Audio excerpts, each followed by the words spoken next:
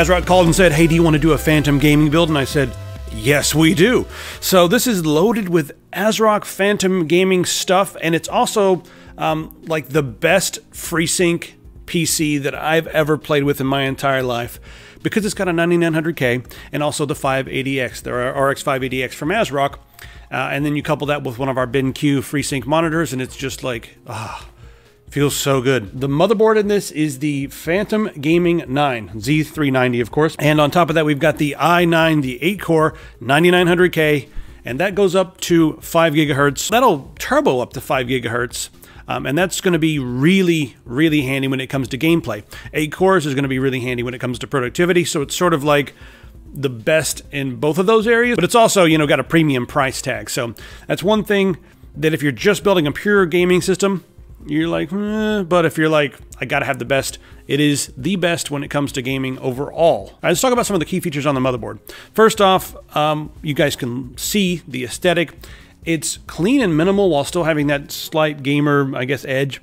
And we've got several different zones here for RGB. All right, so this is the ASRock Polychrome software, and we have multiple different RGB headers. We got a couple of them on there.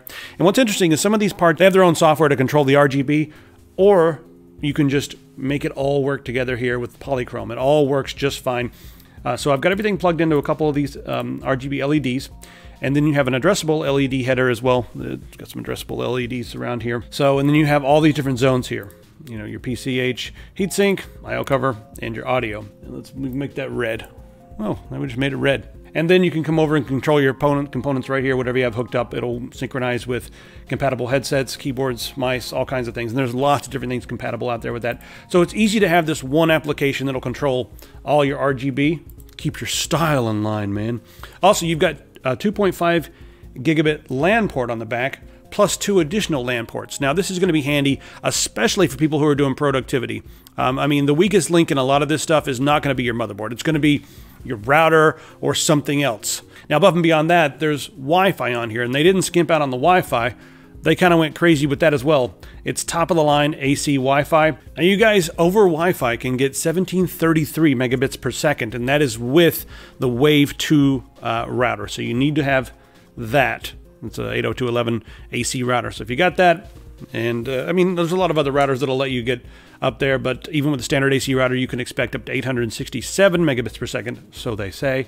It'll be different depending on your use case, where your router is, and all that sort of thing, but that's the maximum theoretical, and that is plenty for wireless. They've got premium components in here, but you have a reinforced PCI Express slots, 3 of those, and that's for the nice heavy cards. Got a couple spots for M.2 in here. One really big spot down there on the bottom with a huge heat shield on it. I popped one up here on the top. I might put another one down there after the video. Pre-installed a heatsink on top of there, so it's right there in the top slot. Nice and pretty. Now, as far as the power going to your CPU, well, we've got an extra power plug up here in the top, an extra 4-pin, plus the 8-pin up there, so you got a lot of power going to your CPU for overclocking and that sort of thing. And you got really nice capacitors all over this thing. You got the dual stack MOSFETs, so you got really clean power going to your CPU. And, you know, I haven't really pushed this thing that much, but I have been doing a lot of testing, a lot of benchmarking, and I've had this thing on for a couple of days. I've been messing with it. I've been doing things you shouldn't do with this computer, and it hasn't even sneezed, let alone crashed. For the CPU, of course, we've got the 9900K, and then cooling that, we've got the Cooler Master Master Liquid ML240R, 240 millimeter radiator up there on top. Got it positioned nicely, and this is the Phantom Gaming version. I recently installed the Cooler Master version, and it's got the LED outline around the Cooler Master words. I much prefer the Phantom Gaming logo, and that's a personal preference. This is all subjective. If you're like whatever, then fine. You know, it's a nice clean design that still has a little bit of gamer edge, but it's not like over the top silly like some gamer things are. It's not too loud either. I can't really. I mean, you guys are hearing it right now, and I'm capturing Open Broadcaster, so you guys are hearing the ambient sounds of the system with the mic. I left the side panel off so you guys could hear. For the graphics card, we have the Phantom Gaming from ASRock. We've got the RX 580. This is an 8 gigabyte card, and it's overclocked. So this card is sort of a beast when it comes to 1440p and 1080p gaming, but I do not consider this a 4K gaming card. But if you're running 1440p and you've got a nice FreeSync monitor, that's the main thing. FreeSync is really freaking awesome, but just don't try to max out 4K games. And 1440p games, most games that I've played, we're able to max out other than like Metro. We'll get to some gaming benchmarks in just a second. All right, for the case, we've got the Mastercase H500. This is the Phantom Gaming Edition. And subjectively, the style on this, I like the gray quite a bit. I'm not sure if I like the Phantom Gaming paint job personally, but if you're someone who's like, that's really awesome, sure, go ahead. But it really ties the whole Phantom Gaming thing together.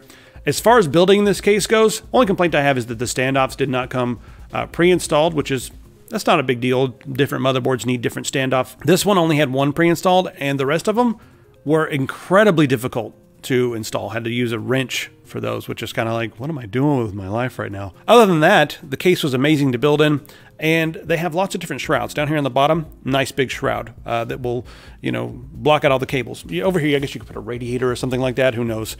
All kinds of different things you could do there. And on the back, in the main area where your cables can be routed, there's a really large removable shroud. So after you get everything built, even on the back side, you can tidy that up. If you wanted to get like tempered glass on both sides, this one just has the steel panel on the back side, but you could do that. But otherwise, building this was extremely easy, and I loved all the cable routing options that we had. Everything fits in here just fine. And my favorite part, we have two huge 200mm fans in the front that keep things nice and cool, have a nice breeze coming in to the system, venting out the back. And the other thing that's nice about those two fans, the big fans like that, they are nice and quiet. They don't have to go as high as far as the RPM goes to keep things cool. So minimal noise. We got the V750 down here on the bottom. You guys can't see it, but it is gold rated 80+, meaning that everything's going to be nice and happy. Also, the power that we're going to be pulling from this, we're not going to pull the 750 all the time. I mean, we're probably never going to pull a full 750 with this GPU, even with the beefy CPU like that. So we're going to be running in sort of a sweet spot where we get really good efficiency, sometimes up to 90, maybe a little over 90%. So that's what I'm looking for, and also high quality components like that.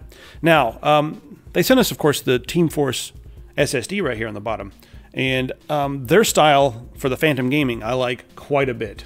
So you see the regular style here. This is just a standard SATA 560 megabytes per second, which is pretty good for SATA. And the style on theirs, you've got RGB all over this thing to give it that gamer style. The word Delta on their version is white, stands out a little bit. On the Phantom Gaming version, it's a little more subdued, and I actually like the style on this one a little better. The word Delta doesn't pop out as much, but it's still there. And it adds a nice glow. I've got it under here, under the graphics card. Adds a nice little glow there. And we've got it plugged into the motherboard so we can adjust the RGB just using the software. Now, I wanted to put an M.2 in there. I'm using the Phantom Gaming Delta SSD for all my games and all that sort of thing. I always recommend grabbing one. Now, these are really inexpensive. I got the Samsung. This is the PM961. Now, it's not that fancy, but I threw a heat shield on there for $5 or whatever, a little thermal pad, and smacked it on there. So I had that just lying on the shelf, and I was like, grabbed it, threw it in there, and I'm using that for my Windows drive because read speeds of up to 2800. And the price right now is 58 bucks, so threw one of those in there. All right, let's talk about the RAM here. So we've got the Excalibur RAM in there. This is the Phantom Gaming version. You guys can come over here, and there's actually a team group page I'll link so you guys can see when these things come in stock on Amazon. It's 3200 megahertz, cast latency 16, so that's going to be plenty fast for productivity and also gaming. I like that nice low cast latency of 16. But as far as the style goes, I want to talk about that for just a second because there's not a lot of ridiculous edges and stuff. It's kind of a sleek, not a lot of embellishments. Nice little glowing RGB area over there where it's kind of dark and lonely in that section. Now, we've got 32 gigabytes of this in there. And that's going to really help when it comes to productivity, working on Unreal Engine, getting into Premiere, lots of layers, lots of stuff going on, not having to worry about running out of memory and stuff like that. For gaming, you don't need 32 gigabytes, but this is an i9 system, so we wanted to go all out. We've got the 32 gigabytes in there. Now, you guys can also come over to Team Group and just check out where to buy and see if you can find some of these Phantom Gaming products. Now, the only thing that I would add to this, and this, like I said, you'll see a couple of builds similar to this coming up on the internet from other YouTube channels and stuff. But if we had time to mod, or if we had someone who wanted to come in and mod some things, I'd like to put a radiator right behind the two 200mm fans. I think that looked pretty snazzy.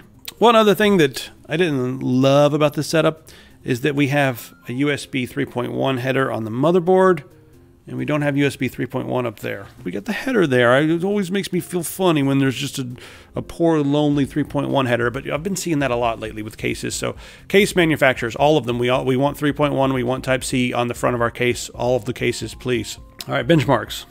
First off, let's talk about PC Mark. Guys, I'll be honest, I don't benchmark a lot, and I don't really enjoy it. So this is our PC Mark score. This is just the free version, but you guys can take a look at this. Scroll down and let you guys see. We played a few games on this, and I'll do some more in the future depending on what you guys request. Really wanted to check out some of the Vulkan benchmarks, so I ran GFX Bench with Vulkan, and you guys can see even at 1440p, we're getting really good scores here. All right, so we got Metro Last Light Redo. This game just punishes everything. I maxed out the game in most areas, but I left the tessellation on normal because I personally don't see that much of a difference on the highest setting. I mean, really, looking at the game, you can't really tell. But NVIDIA benefits a ton when you turn this up, so I don't think it's I think it's more of a ridiculous thing to turn that up. I also left PhysX off, of course, because this is an AMD card and it just completely cripples it. So otherwise, everything else is maxed out at 1080p, including the filters. SSAA is turned on. And you see there we got 51.53 FPS, completely playable. Minimum was 31.61 during one of the firefights. That's still completely playable, and it never dropped below 30. And the other thing that's nice is with FreeSync on, it just feels smooth the entire time you play. Now, cranking it up to 1440, this is where you're going to want to turn this game down to medium. It still looks pretty damn good on medium, but in a really ridiculous beefy game like this, this GPU can't quite keep it above 30. As you can see there, its average was 28.56. Doesn't feel terrible with FreeSync on. Feels better than some console games. But still, I would rather play this at 1080 or actually 1440 with some of the filters turned down a little bit. That would be the way I'd play it. Okay, next up, we did Shadows of Mordor. Get that Lith engine, what I think they call it, the Fire something engine now, but it's basically the old Lith tech that's been updated a gazillion times. And Shadow of War is a really nice looking game, and it plays just fine on this. It's kind of funny, exactly 60 FPS average. I double checked and made sure there was no frame cap or anything like that. So there you guys can see that on the screen. And then when we turn it up to 1440p, still playable. A couple spots where it dropped down to 24, but just go in and turn down some of your filters. I would probably, myself, play this on the system at 1440p with the filters turned down to medium or something like that. I think it looks better than 1080p with the filters all the way up or turned up, quite a bit. So that's how I would play it. So those are the benchmarks that I've currently done on this. And I might put a 2080 Ti in here and see how fast that is, but I want to know from you guys, because benchmarking is, like I said, not my favorite thing to do and takes a lot of time. So what would you guys like to see while I have these parts? I got to send the i9-9900K back to Intel in about a week, and after you guys see this video, there'll be like 5 or 6 days. So let me know in the comments. I'll read them and then see what we can get to.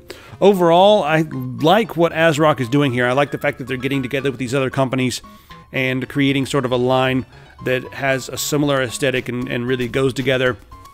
The words on the side of the case here, I'll say ASRock, you can probably lose those for the American market. They're fast, mysterious, and unbeatable. It's a little bit over the top, and I think a lot of companies sort of are on that line where they're like, is this over the top or not? Well, these parts are mostly not over the top, but I think the words on the side there, for me personally, a little bit over the top, but let us know what you guys think in the comments. But overall, you can't go wrong with a lot of the parts in here, and I do wish that T-Force would I guess, become more well-known in the USA. They're not hugely well-known, but I've used them in several different systems, and I've liked the performance that I've gotten with them. Had no complaints other than the case aesthetics. This is a really solid system. I'll have to see what I can do when I put some different GPUs in there and stuff, but stay tuned for that. Let me know what you guys think in the comments. And let me know if you guys are going to be grabbing up any of this Phantom Gaming stuff.